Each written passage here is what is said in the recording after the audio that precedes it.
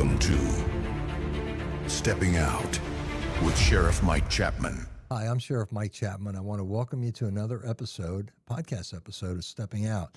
This is where we like to talk to people that work with us either locally, regionally, or nationally and have an impact on what we do here at the Loudoun County Sheriff's Office and with the safety of the people that we serve. We're honored here today to have Chief Sara Lombraña from the Purcellville Police Department. She actually had to have a pretty heck of a year. How long you been there now? About a year and a half or About two? a year and a half, going on 2 years now. Yeah, you've had baptism by fire up there, I would say. So we're going to get into some of the things that she's doing there and what that department's doing, how well they're doing, and the great relationship that we have. One of the things I will tell you is that we have a fantastic relationship with all of the people that we work with here. I mean, the Purcellville Police Department, Middleburg, and certainly Leesburg Police Department. So we all get along very well. And that's key because you look at safety in this particular area, and we've got probably the safest county and some of the safest towns in the entire Commonwealth of Virginia, and even in the Washington D.C. metropolitan area, and that says a lot. And a lot of that has to do, I think, with the attitude that we have as law enforcement leaders, community policing. I mean, really, it's really about engagement, and it's really about being out there and getting to know your community, what they're all about, what they need, what they're looking for when it comes to their safety. And I know you're going to go into a lot of that. But before we do, what I always like to do is talk to people and get an idea of why they got it, what their background is, why they got into this profession. Did they have family that was involved in law enforcement, public safety, and all that? So, and I know you came in from Colonial Beach, that area there.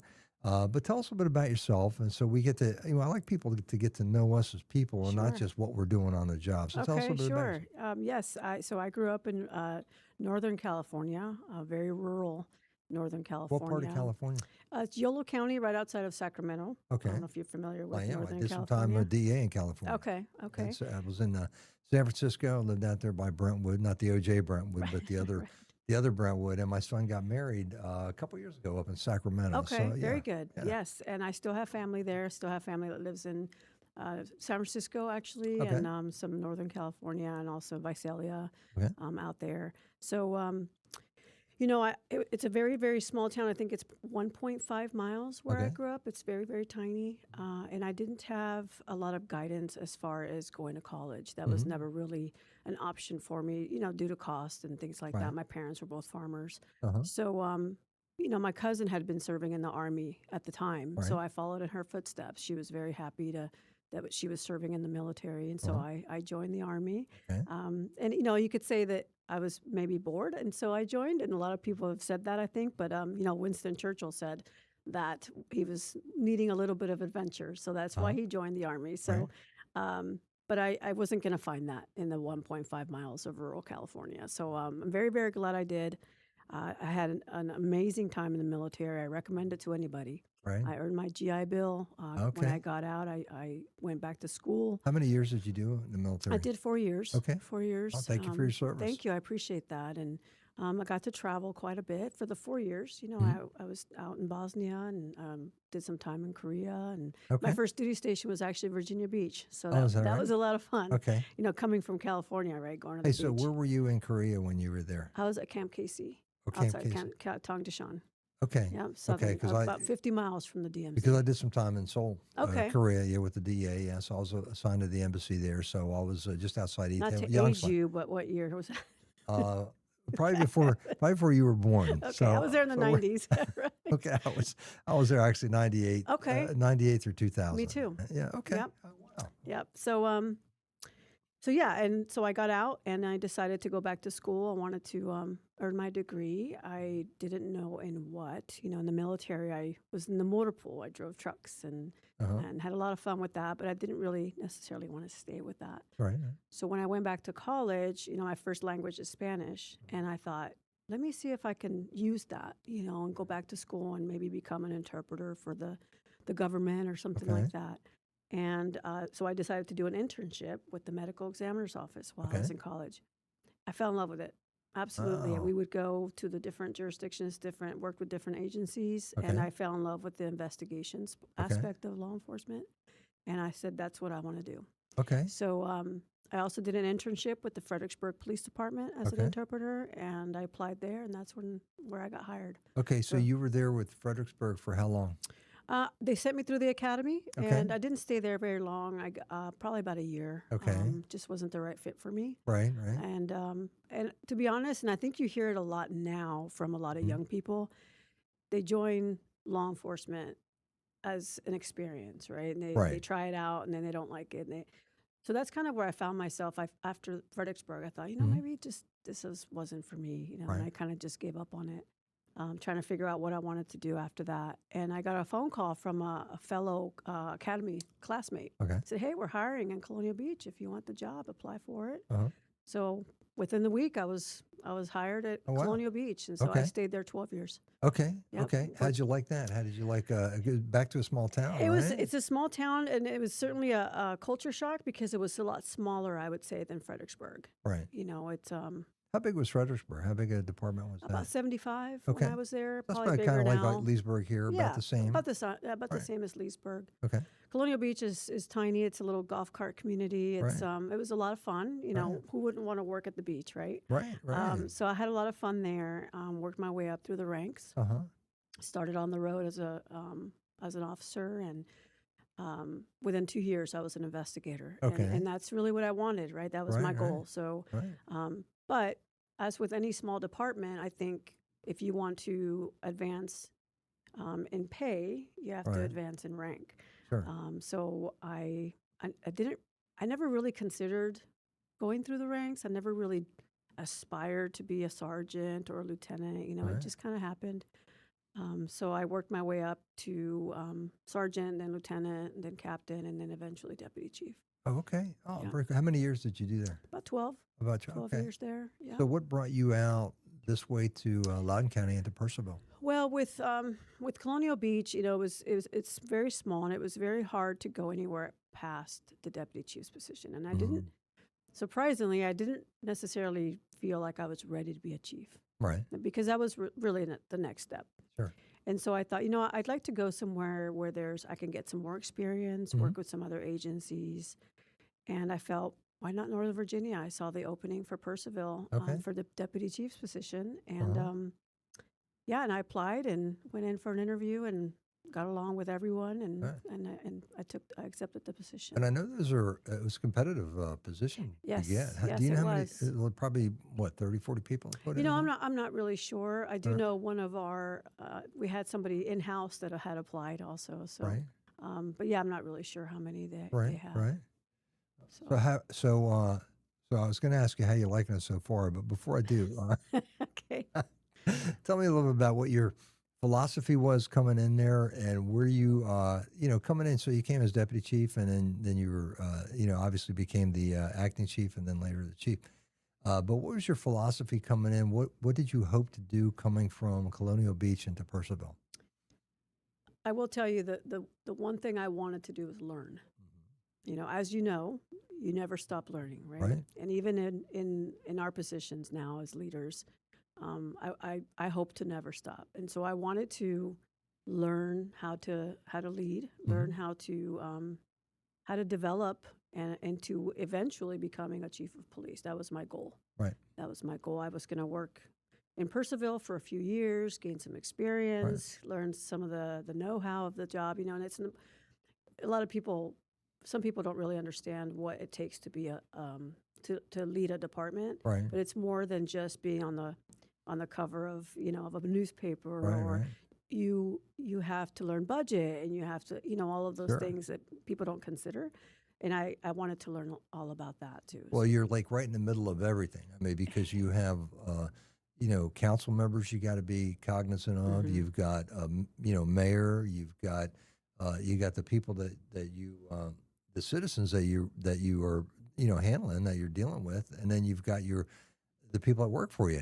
So I look at these jobs, and I don't think anybody really has any kind of an idea about what it's like to lead a law enforcement agency until you're actually leading a law enforcement Sure. agency.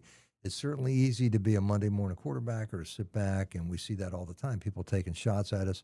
in this profession, because why you should have done this, should have done that, everything else, and I look at this until you're actually in that seat and until you're actually the boss. I've actually seen people that have gone into those jobs that have lasted maybe a couple of months, and then they're like, Right. and they're out quick because they Sure. realize all of a sudden, like, hey, this is a lot more than I bargained for. They have no idea Mm-hmm. exactly how many factors you're impacted by every single Mm-hmm. day, and especially in a position. I'm not going to get any details there, but you certainly, I mean, you talk about baptism by fire, going into a town like that, and with all the turmoil that you've had to deal with, and yet with all that you've had to deal with, you've been able to, I mean, really stay above the fray, and not get bogged down into some of the nonsense that's been going on up there. And I mean, it's really credit to you for being stoic, for making sure you're not dragged down by all that, and you continue to do your job. So tell us a little bit about what you think your job is there. What your philosophy is with like your local policing in a town like Purcellville. Well, it's interesting you talk about that because I'm having to be there for my staff. I'm having to be there stoic.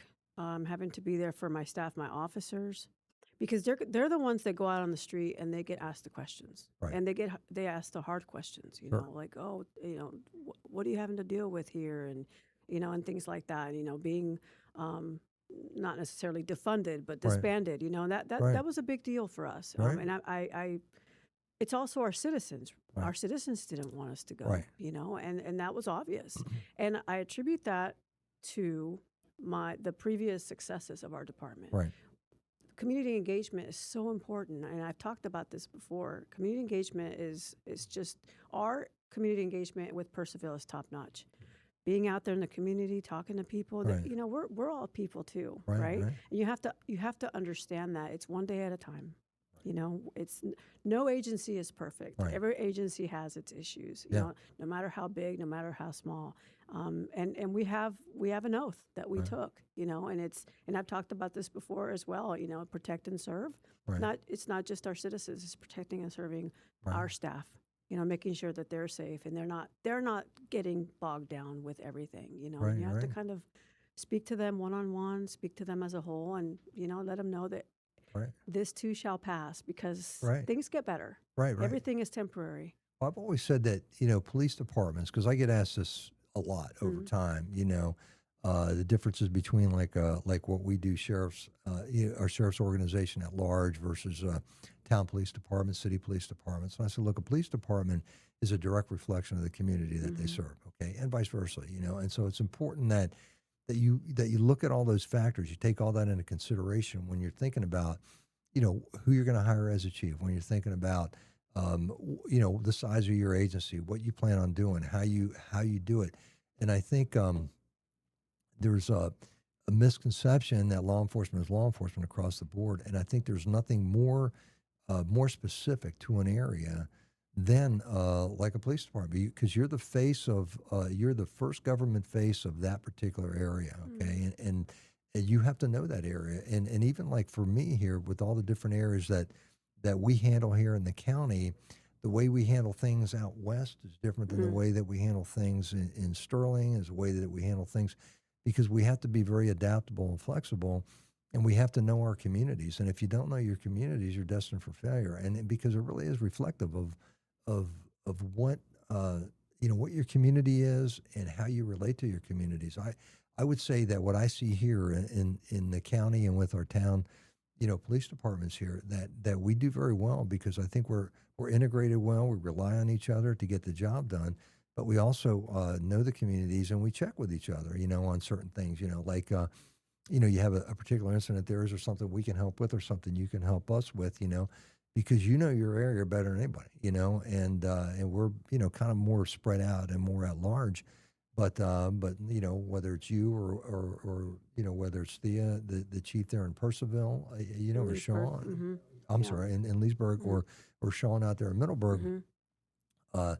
the people that know those areas are you all, and so for us to know, like, if we're called in to help in any way, we need to kind of take your lead on what we're dealing with out there, and then we can apply whatever whatever other expertise we might be able to bring to the table. So it's a good relationship across the Oh, board. absolutely. And one of the things I learned early on coming here as a deputy chief is the trust that we have with one another, Right. whether it's Leesburg or Middleburg, or the sheriff's office. We have great trust within our organizations, and that trust carries to the staff. It carries to the officers and the deputies, Right. and it carries to the citizens as well. If you don't have that trust, then you're in trouble. Yeah, yeah. And so I look at some of these things that you're doing, and I know I was just reading an article in the local newspaper here and talking about, crime being down, that you're doing very well there, and that your traffic stops, especially DUIs, are up, which that's a sign of proactivity. So Sure. sometimes people will say, "Oh my gosh, crime is or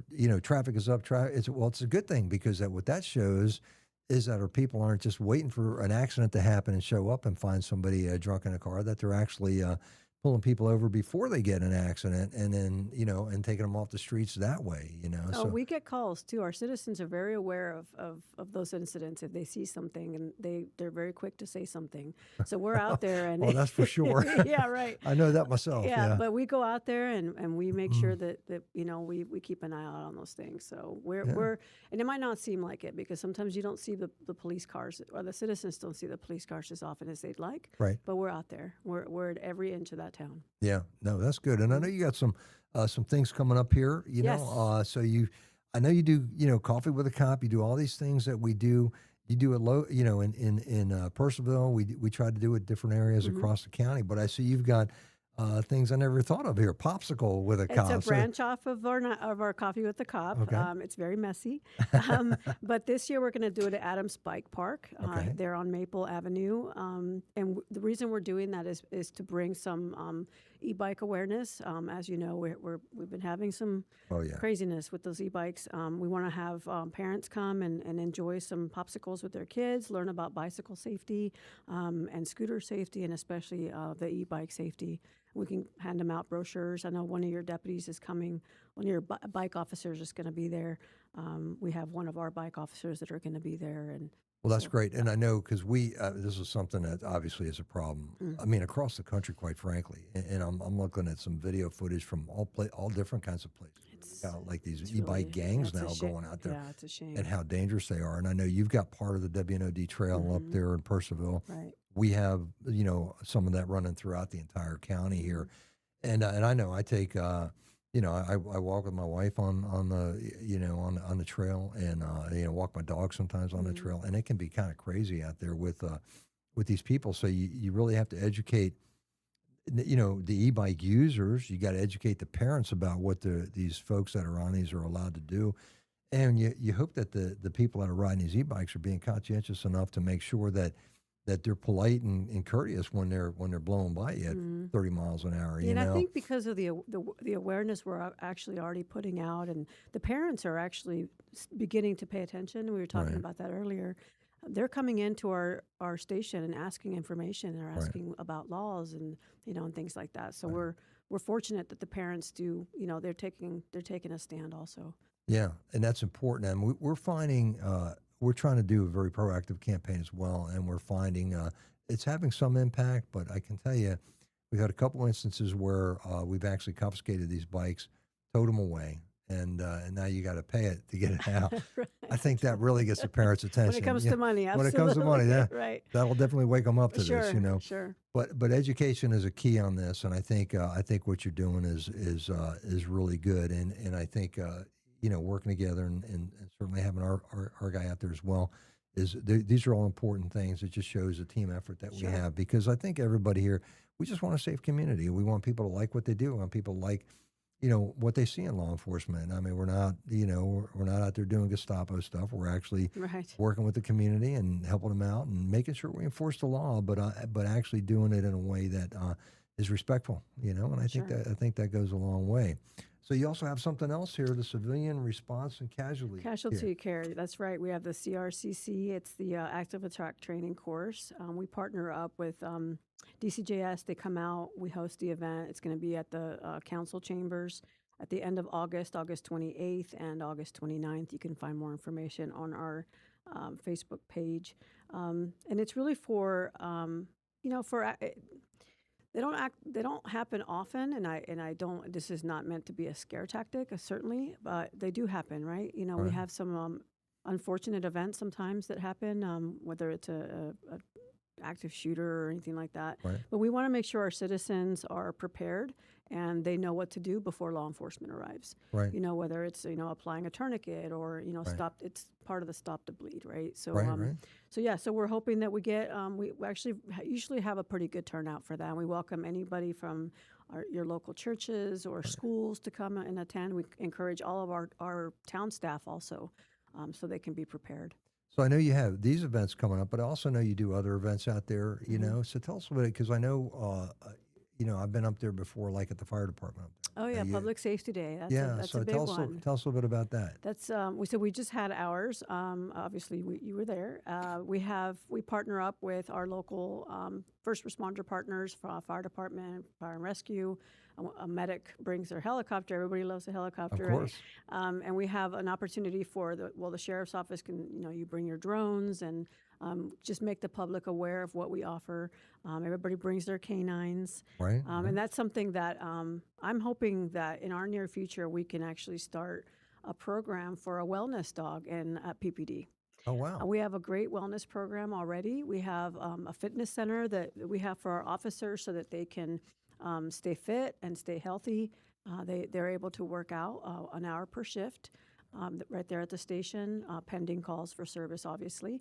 But part of that, I'm considering maybe talking to the town about bringing a wellness dog as well. Oh, great. For and it's people think okay, Purcellville is a small town and our officers don't see some of the things that some of these larger agencies see, but we do see some things that not everybody should see. Yeah, right? no, I tell you, people don't realize that, you don't get it maybe at the same level or frequency that you get in bigger agencies, bigger departments, cities, that kind of bigger cities.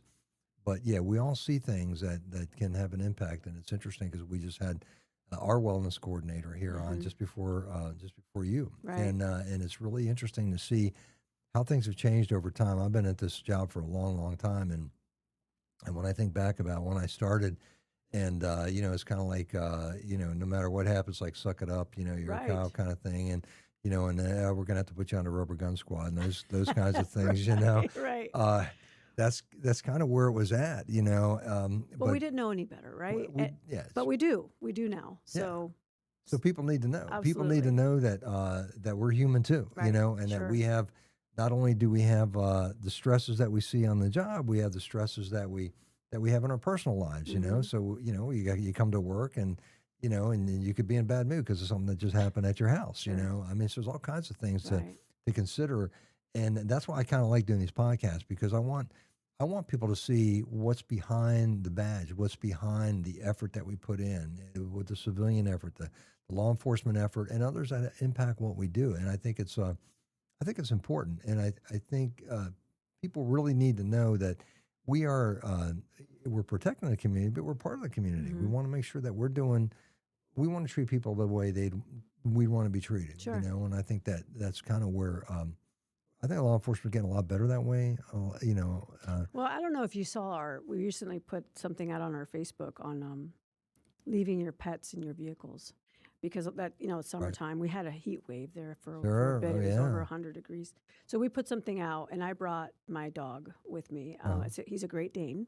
Okay. And then my lieutenant brought his dog, which is a little Pomsky, little rat thing. And so we, but you can just tell when we bring our pets in, just the change Yeah. in officers. And Yeah.